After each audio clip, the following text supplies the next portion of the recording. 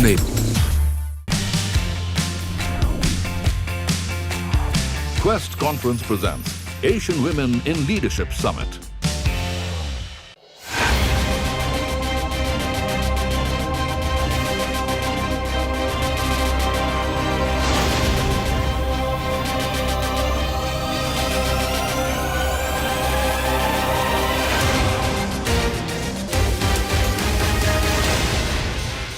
The 8th edition of the Asian Women in Leadership Summit, or AWLS, was launched recently in Bengaluru.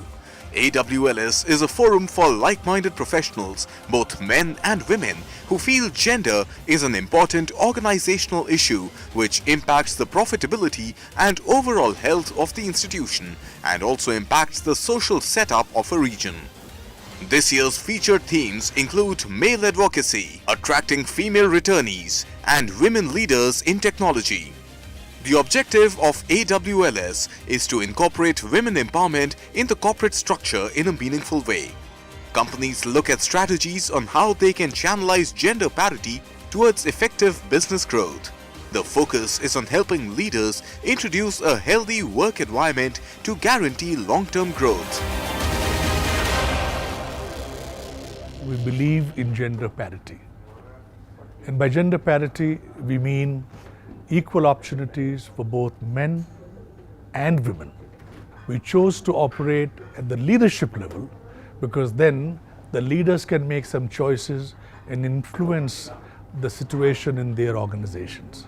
So that is the reason we decided to create a platform for organizations and leaders, again, men and women, to exchange ideas and to work together to promote gender parity. This year's summit brought together global business leaders, CXOs, and senior management representatives under one roof to discuss and devise strategies for meaningful movement. Participants got the opportunity to connect with over 300 corporate leaders. Companies got a clear perspective on narrowing down related challenges and expanding the scope of opportunities that celebrated gender parity. The event started with Arvind Singh of Singapore-based Quest on the Frontier Group delivering the welcome address. The organizations that have women leaders at the top, the organizations that have women leaders at the board, the organizations that encourage women participation in the leadership teams also do many other things right. So it could be the culture of a progressive organization, it could be the culture of meritocracy, it could be the gender blind culture they create, but they also are a kind of organization that are leading on many other fronts. The welcome address was followed by a keynote address by former MD of Britannia, Vinita Bali, who spoke on the topic Women in Leadership Roles in India. Leadership has really nothing to do with gender. Somehow we have separated competency and gender when we talk about leadership. And when we think about the word leadership, it's actually behavior. Leadership is a verb. It's not a position, it's not an entitlement, it's not something that, that is granted to you in an organization. Leadership is really about behavior.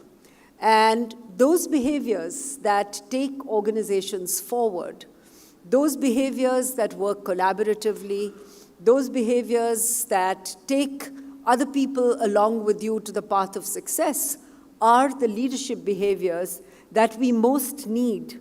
And my submission to you is that they have nothing to do with gender. So I do believe that all of us have a responsibility to create the ecosystem that we want to create, an ecosystem that is fair, an ecosystem that is equitable, an ecosystem that recognizes the talent and competency of everybody, irrespective of your gender or any other preference.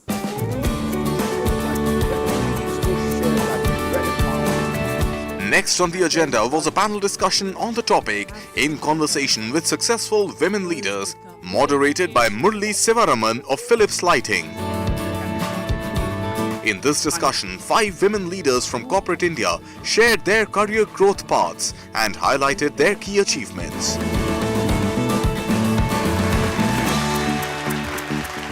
India has really progressed and we're a very equitable industry.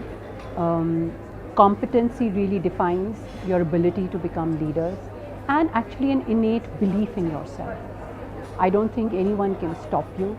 I do not think that there is any such,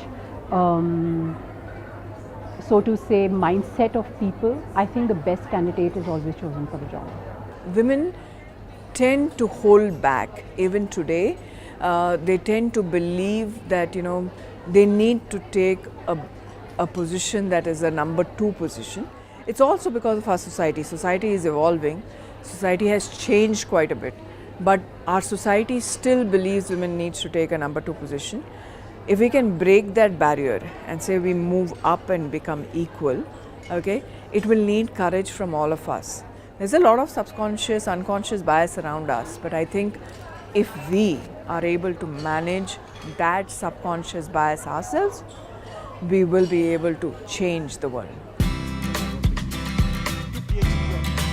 The post-break session began with a presentation on the topic Advancing Women in Leadership Roles by Prashant Sankaran from Interweave Consulting. Prashant shared his experiences. This is one perspective, that gender has no bearing in the leadership journey of a person, man, woman. You are a career person and it doesn't matter.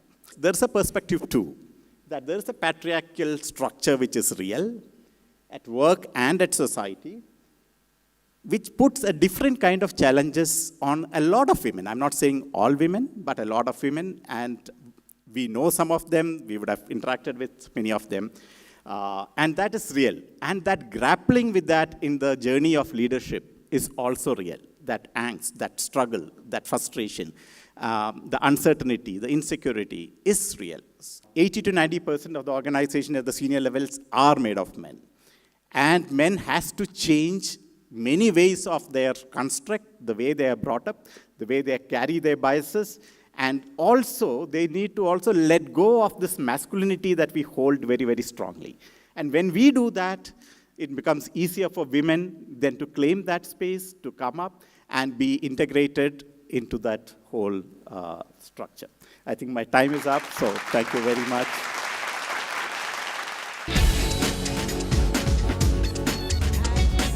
Best Practices in Women Talent Management was the title of the next session, which was a case study presentation by Aruna Padmanabhan of Capgemini. I believe that anything we start as a part of strategy has to start from the top. So we strongly believe the culture of diversity is driven from all levels of leadership, and it's very important for us to partake in the journey, so we get the employees to partake in the journey. And diversity in leadership, which is extremely important for us. And then we have a great ecosystem of inclusion. So one of our flagship programs which we have is called Power Ahead. And we believe that it's very important for our senior leadership women to be encouraged to be part of this great program. So we do take high potential women.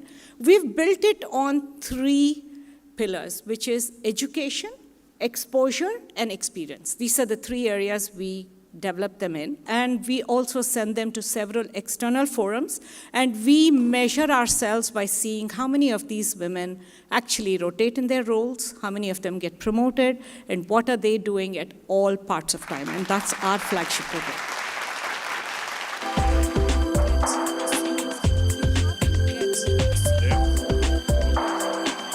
The next session was a CEO discussion on the topic Harnessing the Woman Talent, moderated by Nandini Sarkar from Boeing. I think I love the diversity of thought. I love the appetite and ambition for this to be a journey, not a destination. And I really enjoyed the tenacity of some of the female leaders in sharing their personal journeys and what they've achieved. I was inspired by it. I hope everybody in the audience was inspired by it as well. Women need to take their own initiative. You don't clap with one hand, but you clap with 2 hands. And one can actually overcome some of these challenges through that. Number of people came with their own experiences, which were very good, and audience questions also were good. And I think this is a very deep-rooted issue. It'll require some amount of time to work on it, but I'm sure we'll be able to get over it. I think gender is obviously one aspect of diversity, but cognitive diversity is really important, and it's important to fight the battle for ideas on all kinds of diversity. But to my mind, justice is one aspect of fighting the battle for ideas, but self-interest. Organization, teams and individuals need to recognize that it is in their self-interest to have diversity. I think it would be overselling it right now that boards or companies which have diversity have higher profits. I think that's more correlation than causation. But I think that diversity leads to more creativity, more productivity, and make less mistakes. Quest Conference presents Asian Women in Leadership Summit.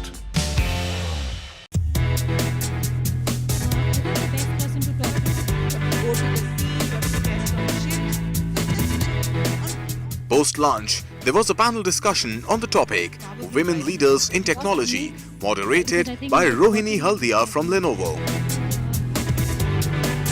So Women Leaders in Technology was a really interesting session that I was part of, and it was really nice to be on a panel with panelists from companies as diverse as Flipkart and Google and Visa and HAL, and I think my key takeaway was that irrespective of industry, the challenges and opportunities for women are similar, and women just need to reach out.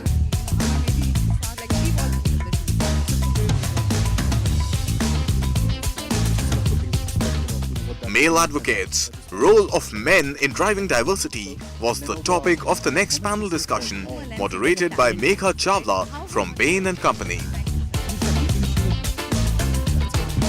It is very important for organizations to make sure that the case for diversity is socialized well in the organization. The way we do this in Amazon, we link it back to 3 of our leadership principles, which is customer obsession, or write a lot, and of course hire and develop the best. And we say that, look, diversity is consistent with practice of each of these 3 leadership principles. So that, I think, becomes a very simple and a strong statement. The second thing is all organizations need to have a strong set of policies that facilitate diversity. I think that's by and large done in most cases, though it can always be better. I think what really stayed with me is the number of stories and male ally stories that people shared. I hope that sort of really rings a bell in a lot of young people who are sort of thinking, and they will come to the crossroads when they have to make that decision about their spouse, and I hope they make the right decision. Diversity and inclusion is a topic that's very prevalent today in corporate circles.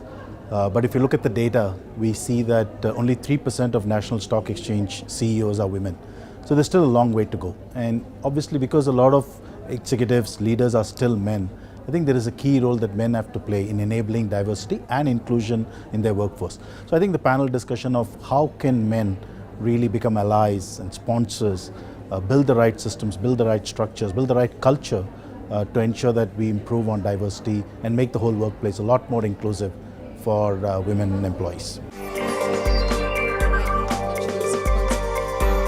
The post-coffee break session of the 8th edition of Asian Women in Leadership Summit featured a panel discussion on the topic Recruiting the Returnees, moderated by Rachna Patel from RP Services.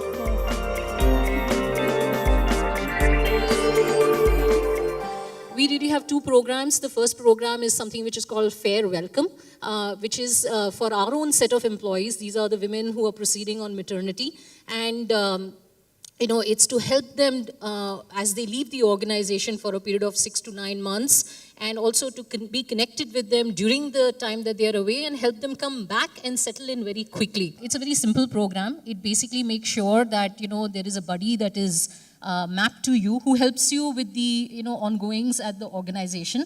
That is, if you want to be kept informed. This program, while we've had a lot of women, and it's very successful, we've had almost 2% of our workforce take this program, and the retention rates have been fairly good. 71% have stayed back with us. I think the part which we are proud of is it's made the men around the organization, feel more connected through the journey. So what I mean is the buddy is not always a woman, the buddy is often a male. Very simply put, I think it's helped the women for sure, but I think the other dimension of male allies, increasing in number, that's what it's helped. We've taken a different approach. We do not have any specific program for attorney hires. It's One and simple open position vis-a-vis talent pool who see themselves matched to the skill set required for the job applies through careers at Boeing. What we've done is to enhance the sourcing pool. Even before we went ahead and initiated this enhancing of the sourcing pool, we already had a good amount of percentile of women and men who had taken break in career and are working with us full-time in parlance and in equality with everybody. So that's how we look at it in Boeing.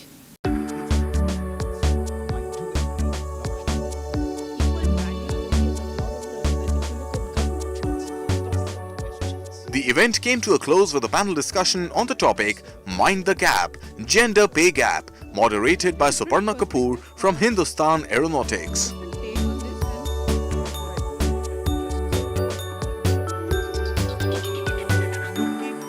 Yes, gender pay gap does exist, but it's only the upper layer. There are many more layers to it. It depends on the number of women in the pipeline. It depends on the kind of roles, the kind of sectors that we are talking about.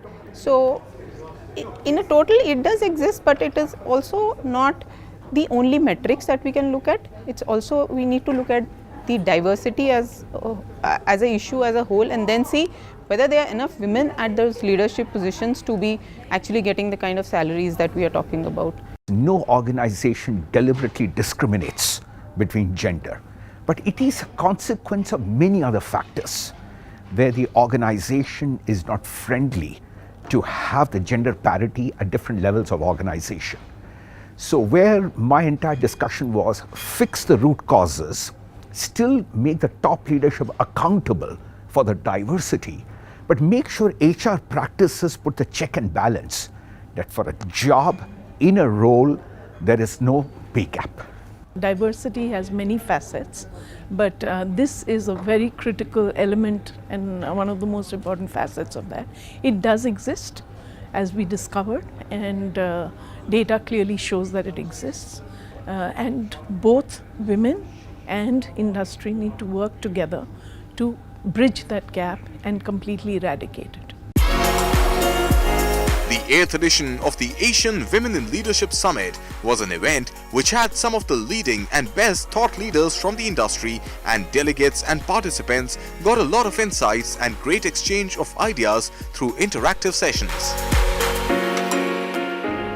I think this is a good event. We have to have more conversations around leadership, not necessarily women in leadership. I think the conversation really has to be around leadership. How does leadership become more effective? I think it's a great event.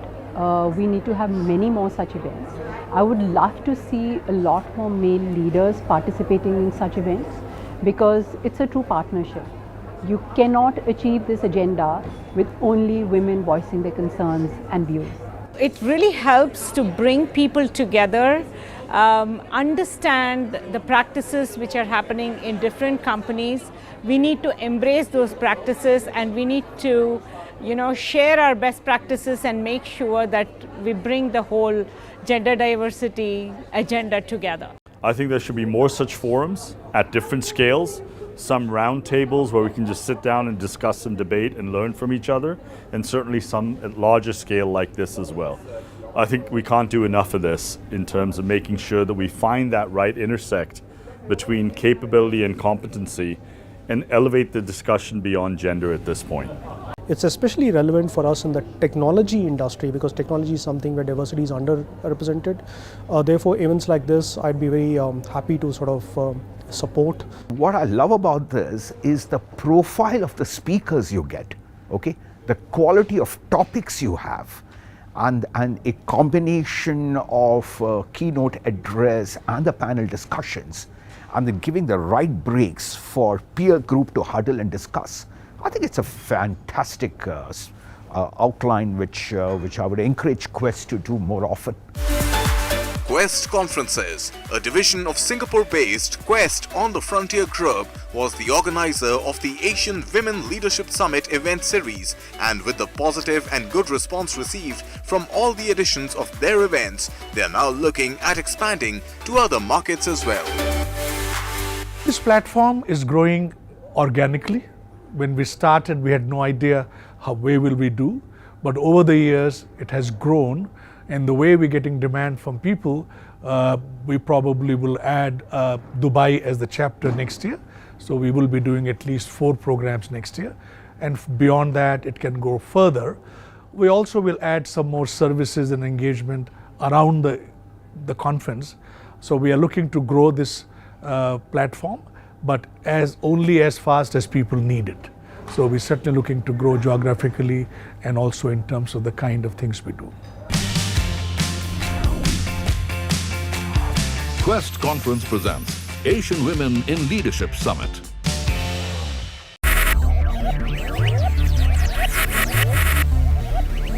Focus, ideate, innovate, enable.